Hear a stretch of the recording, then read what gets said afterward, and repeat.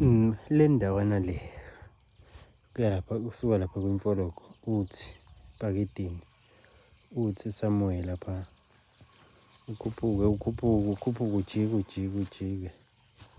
ujike until emfologweni again.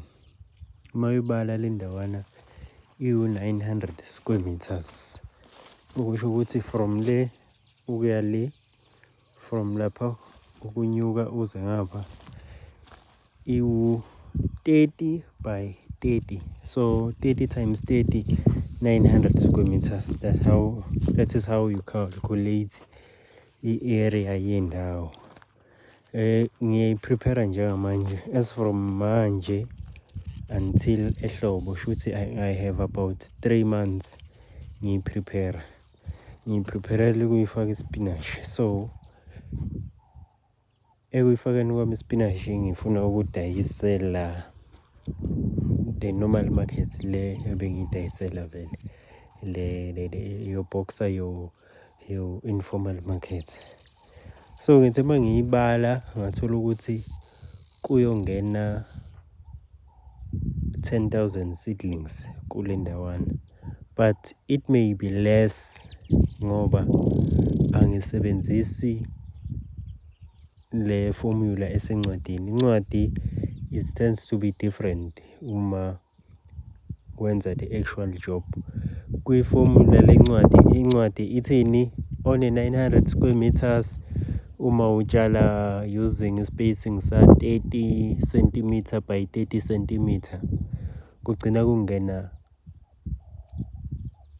10,000 plants. Ukuthola kanjani lokho?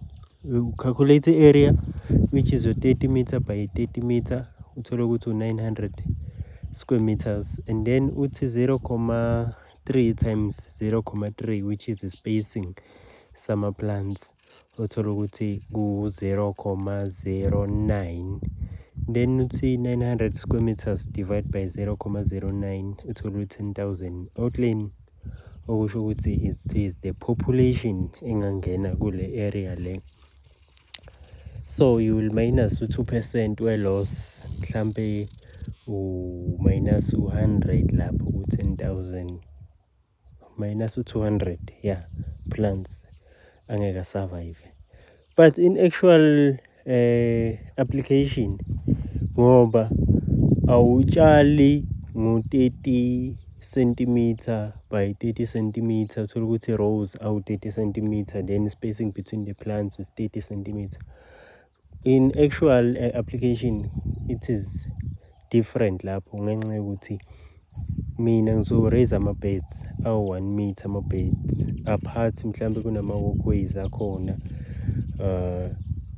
Ugcina ubala uthola ukuthi unama-beds awu-15 or awu-17 ama-beds, then kuma-beds mhlawumbe uzotshala 15 by 30 ngoba i-drip na 15 spacing, then uzo-double planta in each bed kwi-row, then kwi-bed eyodwa uzoba na-2 rows or 2 lines ye-drip, while u-double plant uthola ukuthi in each bed uzogcina sowutshale about 240 seedlings. 240 seedlings, then times loyo 9 loyo 15 or 17 beddings, usuyothola ukuthi mhlawumbe i-range yakhe idlalela ku-7,000 to 8,000 seedlings azongena kumbhede owodwa. Then zo-minus lo 2% we-loss, thola ukuthi-ke mhlawumbe kuyo-survive ama-plants awu-6,800, 6,009, yabo.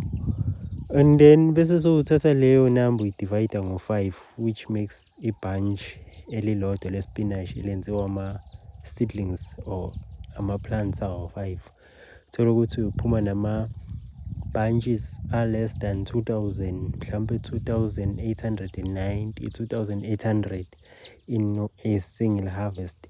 Then multiply loyo 1,890 ngo-7 rand noma ngo-9 rand, depending ukuthi i-price emakethe izokunika malini. Usoyithola-ke i-selling price or i-total yemali uzoyithola per harvest if you are harvesting low 1890 per day, mhlambe uzodlalela lapha kubo 5800, 6000, 7000 yabo. Usuyazi ukuthi okay, this is the amount of money I will make roughly. All of this, it is just an estimation, yeah. So usuyazi ukuthi okay, per week uzokwazi ukuthi wenze uharveste kabili, wenze bo 8000, not 8 but 10,000. That is per week. We area ka 900 square meters. So une idea yokuthi uzokwenza malini, and then bese ke the actual work uthola ukuthi awuyenze leyo mali leyo, uzodlalela ngaphansi kwayo, uthola ukuthi wenza ku 5000 rand per week. Ngoba agriculture is something else, ngoba ziningi izingqinamba ubhekana nazo in planting. So on my side I want to plant le area le 900 square meters ngale ndlela engicalculate ngayo, and I want to see ukuthi izongenzela malini as from next season. But for now the focus is ukuyilima, njengoba sengiqalile ukuyilima, then add umanyolo or umquba wezimvu up until August la ngizoyiqala khona ngitshale. Ngizotshala just i-Swiss chard, and then sidayise lapho sibone ukuthi siyokwenza malini actually. I know a person who planted similar area owayenza owagcine enze 124,000 in a period of 3 years. So lokho esicalculate la, thina sibona ngathi le mali leyo singayenza in 1 year, but an actual person owayenze the very same thing ngengadi 900 square meters planting different kinds of vegetables wayenza 128,000 in a period of 3 years. So ufuna ukubona ukuthi how possible it is if ngingabanga nama-challenges adlula ukwenza. But yeah, sengiqalile ngiyayiprepare le ngadi le manually. So then next season uma iqala ngizofaka umshini ngithi, ngoba ngizobe sengiyilimile ngesandla, bese-ke siyabona ukuthi siphuma kanjani. Lokho bengifuna ukukushare abafowethu. Sure.